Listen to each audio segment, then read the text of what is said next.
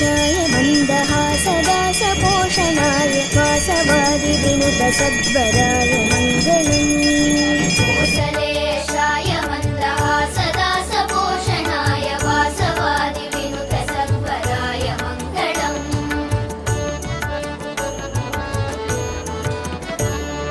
चारुकुङ्कुमोऽपेतचन्दनादिचर्चिताय हारकटकशोभिताय भूरि मङ्गलम्।